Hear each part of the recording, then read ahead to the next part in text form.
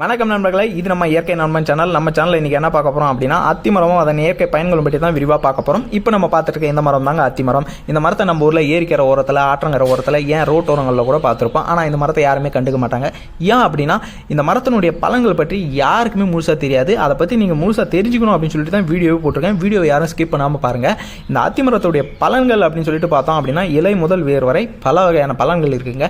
அதில் சில வகையான பலன்கள் மட்டும் இப்போ பார்ப்போம். இந்த மரத்தில் காய்க்கக்கூடிய இந்த காய்கள் எடுத்துகிட்டு போயிட்டு நல்லா சுத்தம் பண்ணிட்டு உரல்ல போட்டு நல்லா இடிச்சு அது கூட கொஞ்சம் வறுத்த வேர்க்கடலையும் சேர்த்து மற்ற காய்கறிகள்லாம் எப்படி பொரியல் பண்ணி சாப்பிடுவீங்களோ அந்த மாதிரி பொரியல் பண்ணி சாப்பிட்டீங்க அப்படின்னா வயிற்றுல அல்சர், குடல் புண், குடல் புழுக்கள் அந்த மாதிரி பிரச்சனை இருந்தால் அது முற்றிலும் குணமாயிடும்.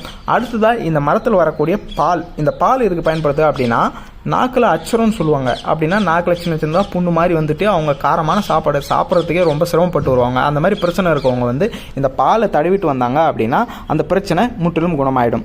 அடுத்ததான் இந்த மரத்தினுடைய கட்டைகள் பார்த்தீங்க அப்படின்னா சாமி சிலைகள் செய்கிறதுக்கு பயன்படுதுங்க. ஏன் நம்ம காஞ்சிபுரத்தில் 40 வருஷத்துக்கு ஒரு தடவை காட்சியளிக்கிற அத்திவரதரை இந்த அத்தி மரத்தினாலான கட்டையில் தாங்க செஞ்சுருக்காங்க. அப்படின்னா இந்த மரத்தினுடைய பலன்களை பற்றி நீங்களே புரிஞ்சுட்டு இருப்பீங்க. இந்த வீடியோ பிடிச்சிருந்துச்சுன்னா வீடியோவை லைக் பண்ணிவிட்டு சேனலை மறக்காமல் சப்ஸ்கிரைப் பண்ணிவிட்டு முடிஞ்சால் உங்கள் வீட்டில் ஒரு மரத்தை நட்டு வளங்க.